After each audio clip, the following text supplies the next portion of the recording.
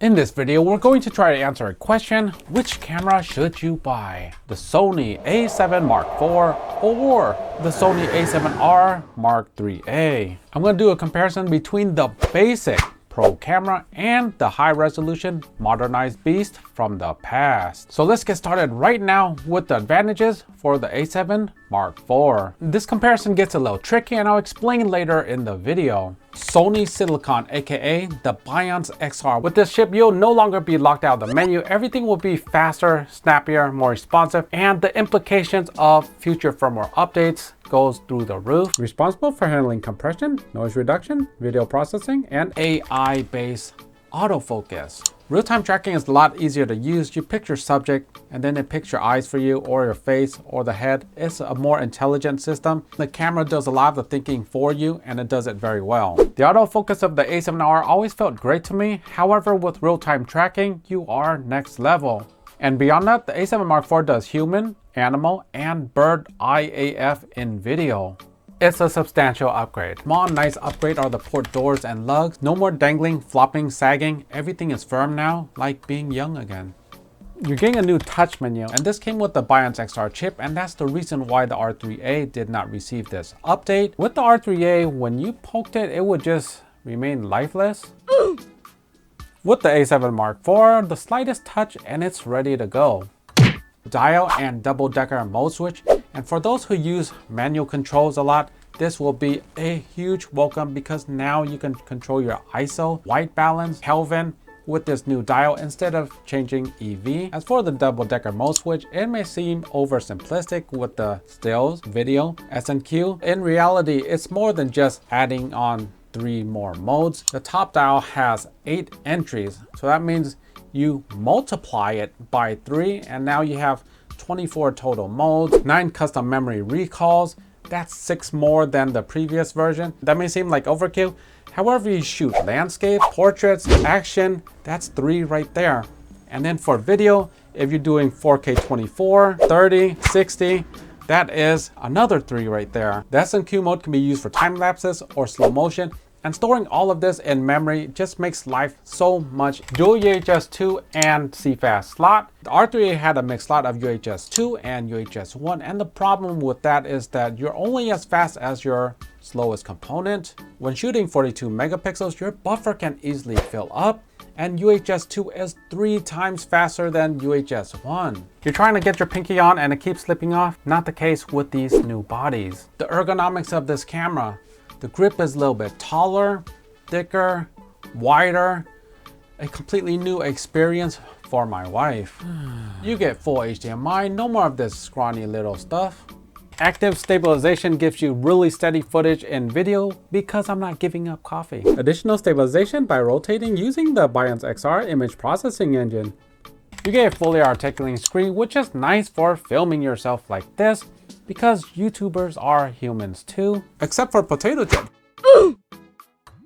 4K 10-bit 422 all intra, 60p in S35 mode, and all of it is oversampled. 10-bit color has 1 billion shades as opposed to 16 million of 8-bit, and producing better transitions and gradations. Video features and configuration has drastically improved with this model, so if you're a hybrid shooter or if you do video a lot, this camera will provide it for you.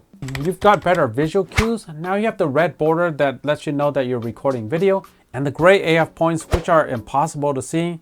That's been fixed with now colored AF points. In video mode, you're getting this new feature, focus map, and it helps you determine what's in and out of focus. Out of focus background would be blue and out of focus foreground would be red. It could be that Sony borrowed this idea or purely coincidental. Another advantage is soft skin effect because sometimes you want to look like a 12-year-old. Another cool feature is focus breathing compensation. That's when you pull focus and it changes the size of the image, like you're zooming in and zooming out, but it's just the lens behaving badly.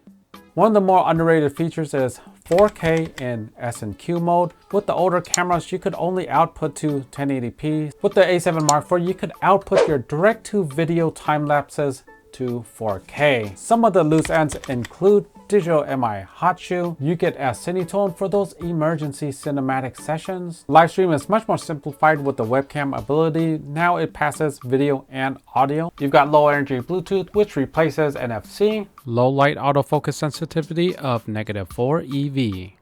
The advantages of the A7R III: 42 megapixels backside illuminated Exmor-R sensor. The sensor is dated, it came from the R2, however it is extremely good. You get the tilt screen because some people still prefer that, like Julie Trotty. In case you don't know who that is, she's the young, beautiful, and talented YouTuber. Everything that I'm not.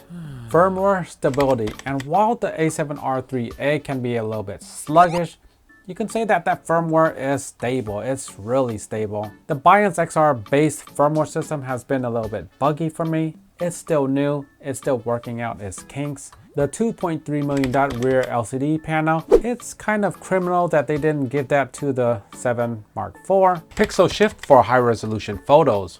For the similarities, you have the Z battery, which lasts forever. Both cameras have fantastic Super 35 4K video, 10 frames per second for those times when you want to fill up your hard drive.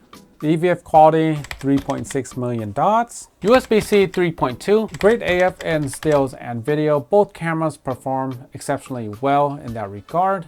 So which one should you buy? So we'll talk about the resolution for a little bit. The R3A has 27% more resolution. If you're doing a 40-inch print with the A7 Mark IV, does it mean you can do a 50-inch print with the R3A while retaining the same pixel density? It does not, and that's because the resolution is the product of the length times height. So that means that the length increase is only half of the resolution increase. So you're looking at around 13.5% increase in length. If you're printing from the A7 Mark IV at a certain pixel density, you can achieve that same pixel density up to a 45-inch print with the R3 Mark A. For video, this camera was known to have the best Super 35 imagery. The A7 Mark IV downsamples in S35 and full frame. And in S35, the A7 Mark IV does 4K 60, clearly outclassing the A7R Mark III. And it's doing all of that without a record limit. Now where things get tricky is that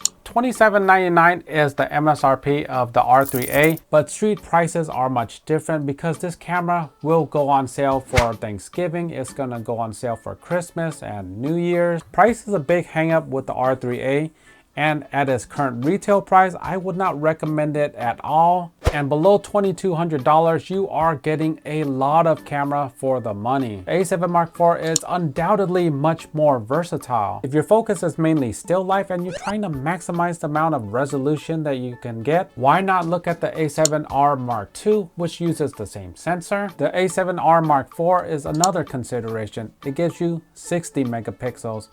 Much more. If you're in the market for the R3A, be sure to check out all of your pricing options because this camera's been around for a long while. Such luxuries don't exist with the A7 Mark IV. Maybe in 2022. Which should you buy? And I think the answer is fairly straightforward. It's gonna be the A7 Mark IV. So guys, let me know what you think. Would you actually buy a new R3A for $27.99? Or are you in the same boat and think it's way overpriced? Let me know in the comments. Like, sub, share. See you on the next one.